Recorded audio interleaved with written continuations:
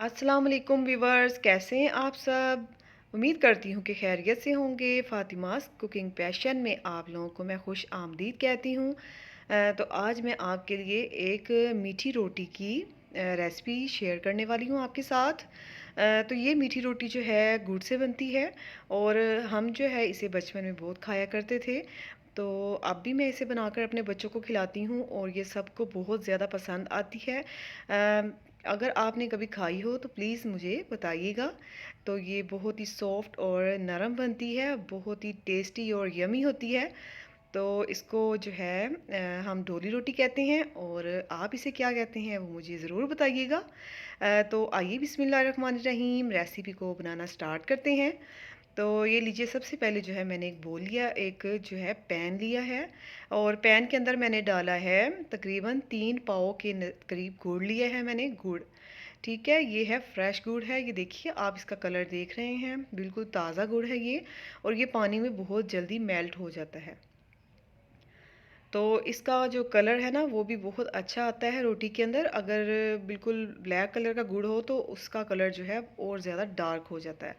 तो इसलिए आप जो है अच्छी किस्म का गुड़ लीजिए और उसके अंदर मैंने डाला है 2 कप के बराबर पानी।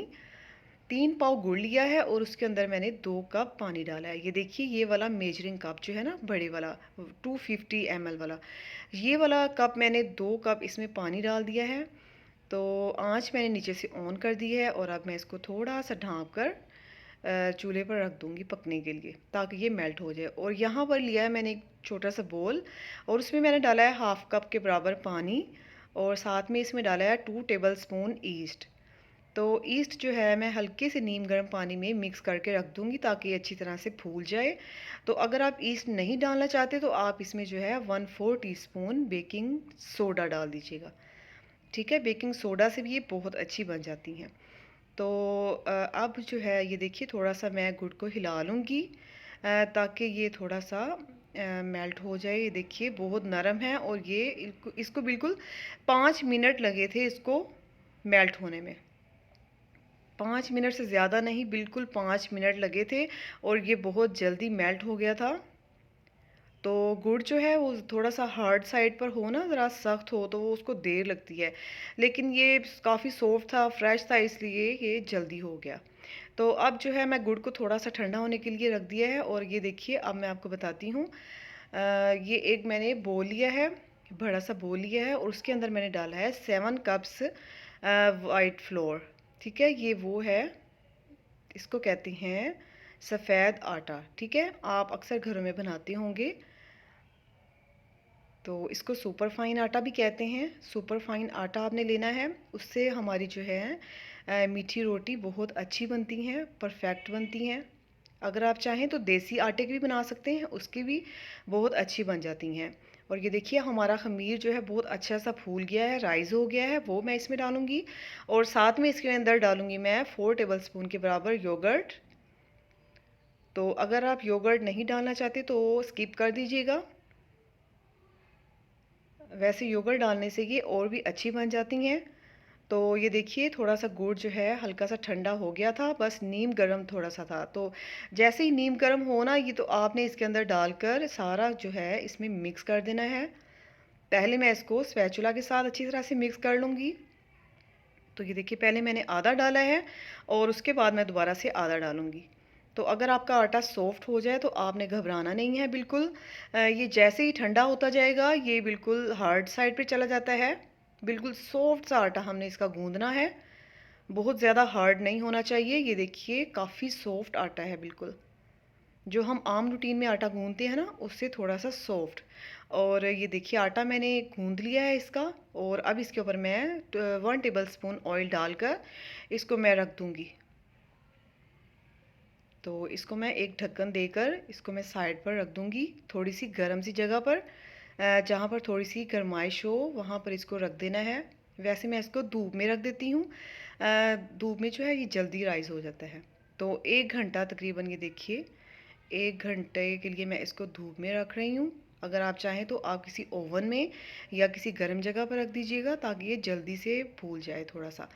और ये देखिए 1 घंटा गुज़र गया है और अब ये देखिए इसका टेक्सचर बहुत ही स्मूथ और नरम सा हो गया है, सॉफ्ट सा इसका टेक्सचर हो गया है अब। तो अब मैं आपको बताती हूँ इस तरह के हम इसको बनाएंगे कैसे। तो एक छोटा सा पेड़ा लेना है हमने, आम रोटी जो बनाते हैं ना उससे थोड़ा सा छोटा। तो एक पेड़ा इस तरह से मैंने लिया है। तो 2-3 पेड़े जो है मैं इकट्ठे करके रख लूँगी।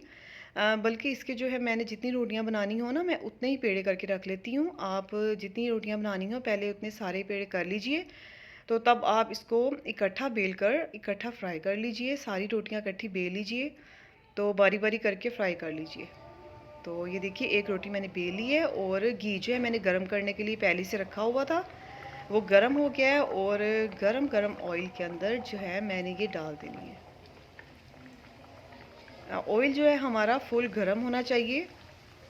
अगर आपका ठंडा ऑयल होगा तो ये जो है फूलेगी नहीं। तो गरम ऑयल के अंदर आप डालेंगे तो ये आपकी फ़ौरन से फूल जाएगी। ये देखा आपने, पूरा 1 मिनट लगा है, बस 1 मिनट के अंदर अंदर ये हमारी जो है मीठी रोटी पककर तैयार हो गई है। तो इसको जो है अब मैं निकाल लूँगी। ये देखिए इसका कलर कितना ज़बरदस्त गोल्डन कलर आया है इसका। तो इसको आपने अपने घर में ट्राई ज़रूर करना है। तो जो है इसका एक और भी तरीका है, ये देखिए इसको हम जो है ये लगाते हैं खशखश, इसको कहते हैं खशखाश। तो ये बहुत आसानी से मिल जाती है, अक्सर लोगों को पता होगा इसके बारे में। तो एक रोटी के ऊपर घी लगा के दिखाती हूँ, जिनको ये पसंद है वो ये भी लगा सकते हैं। इसके साथ भी बहुत टेस्टी हमारी ये रोटी बनती है।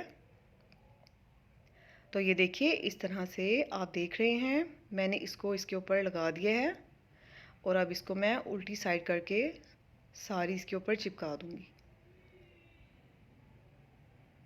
थोड़ा सा खुश्का डालूंगी इसके ऊपर ताकि हाथ को चिपके नहीं।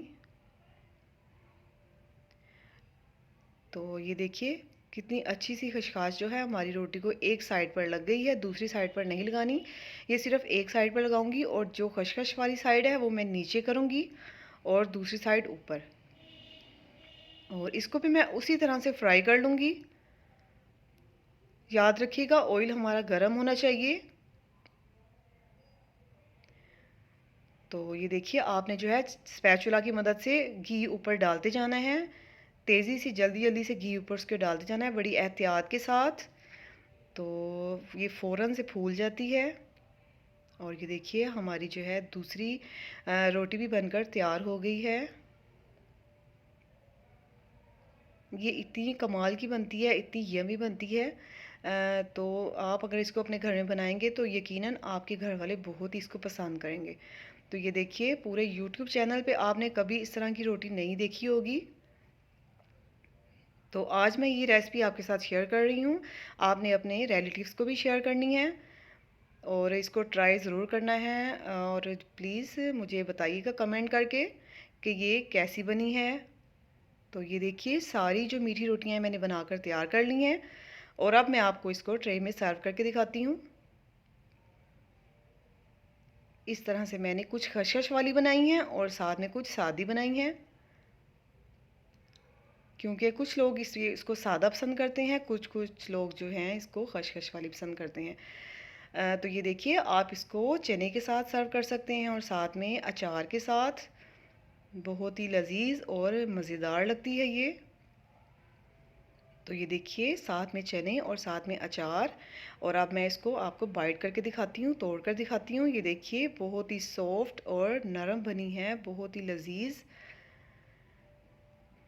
अगर आपने इस तरह की मीठी रोटी कभी खाई हो तो प्लीज़ मेरे साथ शेयर ज़रूर करिएगा, मुझे बताइएगा कि आप कैसी रोटी खाते थे इस तरह से, किसके साथ खाते थे। और जो है अगर आपको मेरी ये वीडियो पसंद आई हो तो प्लीज़ मेरे चैनल को लाइक शेयर और सब्सक्राइब करना मत भूलिएगा। अपनी दुआओं में मुझे याद रखिएगा। ओके, अल्लाह हाफिज़, टेक केयर।